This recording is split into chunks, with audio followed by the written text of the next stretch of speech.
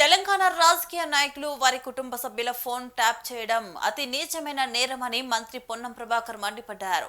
చట్టం తన పని తాను చేసుకుపోతుందన్నారు. ఇందులో కక్ష సాధింపు కుట్రపూరితమైన అంశాలు లేవన్నారు ఆయన.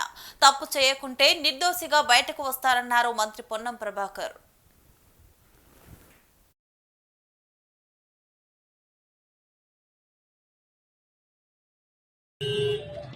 ఏర్పాటు అనేటువంటిదే సెల్ఫ్ రెస్పెక్ట్. తెలంగాణ పోరాటమే ఆత్మ గౌరవం.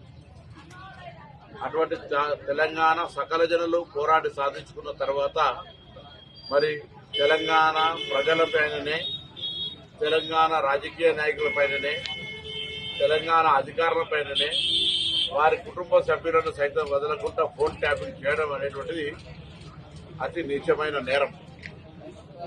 అందుకు సంబంధించిన విచారణలో భాగంగా పిలిస్తే దాన్ని రాద్ధాంతం చేస్తూ హింసాయుతమైనటువంటి పిలుపులను ఇస్తూ మరి రాజకీయపరమైన లబ్ధి పొందే ప్రయత్నం చేస్తూ ఉన్నారు.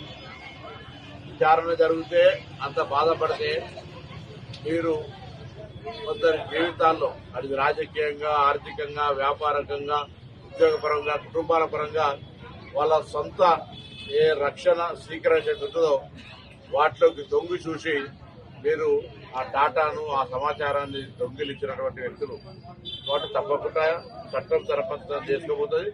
ఇలా కక్ష సాధింపు చర్య కానీ కుట్రపూరితం కానీ ఏమీ లేవు. ఈరోజు వాటిని ఎదుర్కొని మీరు తప్పు చేయనట్టయితే తెలంగాణ ప్రజలకు మీరు తప్పు చేయాలని నిరూపించుకునే అవకాశం. విచారణ శిక్ష కాదు, విచారణ జరుగుతుంది. విచారణ జరిగినప్పుడు మీ నిర్దిష్టతోనే నిరూపించుకోవాల్సి కోరుతాను తప్ప డైవర్షన్ పార్టీ చేసి అదేదో కక్ష సాధింపు ధోరణిగా ప్రచారం చేయడం మాను.